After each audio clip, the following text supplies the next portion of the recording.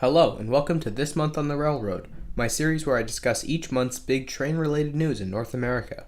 This episode is all of the news from June of 2021. Although June was a bit of a slower month than the past few, there were a couple of really big stories this month that I can't wait to talk about. Before we begin, I just want to say a few things. First of all, obviously this video wasn't uploaded in the first of the month, and this is mostly just because I was in Rhode Island for the first few days of the month, and I decided that I'd rather be able to include the last news of the month and upload the video a few days late than miss some of the news towards the end of the month but upload the video on time. Also, the other thing that I'm sure you've noticed now is that I'm using gameplay as the background footage instead of videos of trains going by. This is mostly because I'm out of B-roll footage of freight cars passing, and also I think that gameplay looks much better. This month the gameplay is from Forza Horizon 5, but in the next few episodes it'll probably be Train Sim World just because that fits better. Right now I'm just waiting for TSW Rush Hour to drop so I can have footage of me operating MBTA trains. Anyway, that's enough talking about the video. Let's start with the first news. Back on May 27th, Union Pacific 1979, the We Are One unit was officially revealed. I showed the leaked photo back in April's episode, but I guess UP finally decided to release the locomotive to the public. I will say, the paint scheme is starting to grow on me, but I still do think it could look better. The next day, the MTA completed all major construction for the East Side Access Project, meaning that the Long Island Railroad will be able to terminate at Grand Central Terminal instead of Penn Station. Test trains will start running this summer with full service to Grand Central beginning in 2022. On the 3rd, a report came out stating that Amtrak's Avelia Liberty train sets originally planned to enter service this year won't actually enter service until the spring of 2022 due to modifications that have to be done to the pantographs and catenary systems because the train sets would come disconnected from the electricity at speed, meaning that if they entered service now, they wouldn't be able to reliably get up to speed. Also, rumor has it Alstom might put real horns on the Avelias because the current ones sound too similar to maintenance of way equipment. On the 5th, CSX's freshly repainted office car train made its maiden voyage with the new B&O paint. It made a trip from where it was stored in Waycross, Georgia to the yard in Worcester, Massachusetts to meet with UPS executives to talk about bringing UPS mail trains to Worcester.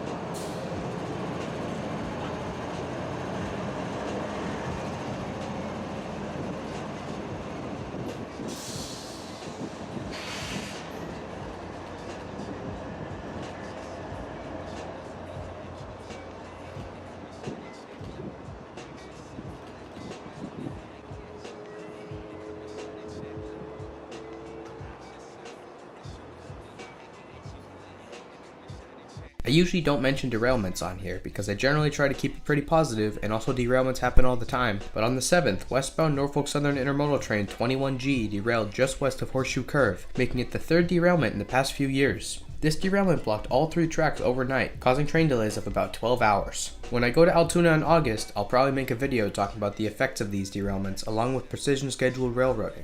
Also on the 7th, Amtrak completed the 3rd and final stage of reopening, bringing back daily service on the Crescent, Palmetto, Silver Star, and Silver Meteor.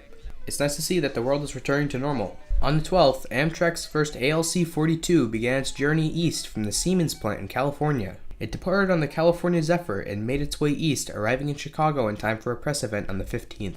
After the press event, it continued east to Washington, D.C. for testing. Many more ALC-42s will follow shortly after 300 in the months to come.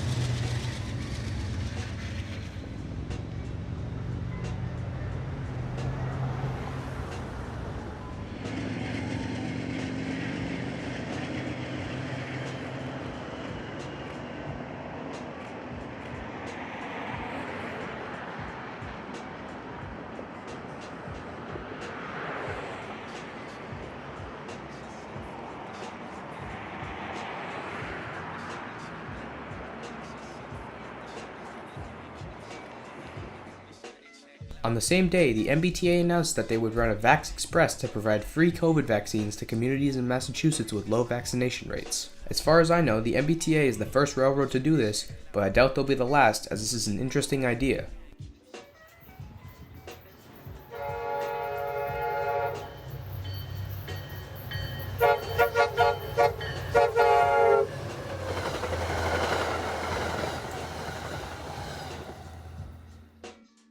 On the 14th, Union Pacific released their schedule for the 4014 Big Boy Excursion. The excursion will begin on August 5th. Here's the route.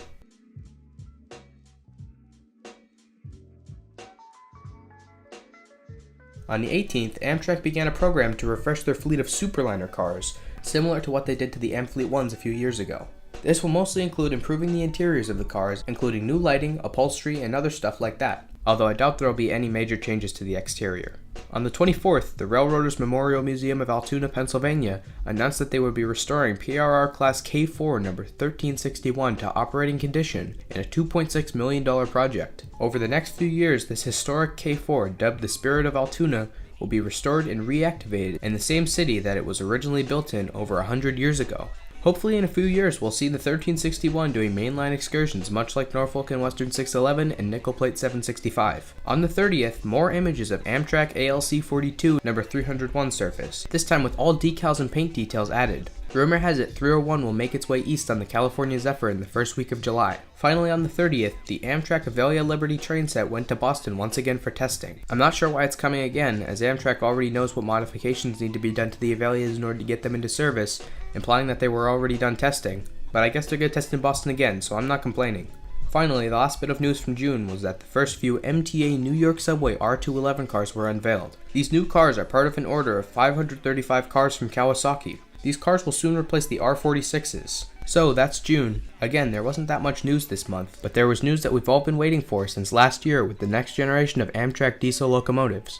Anyways, thanks for watching, and I'll see you soon in another video.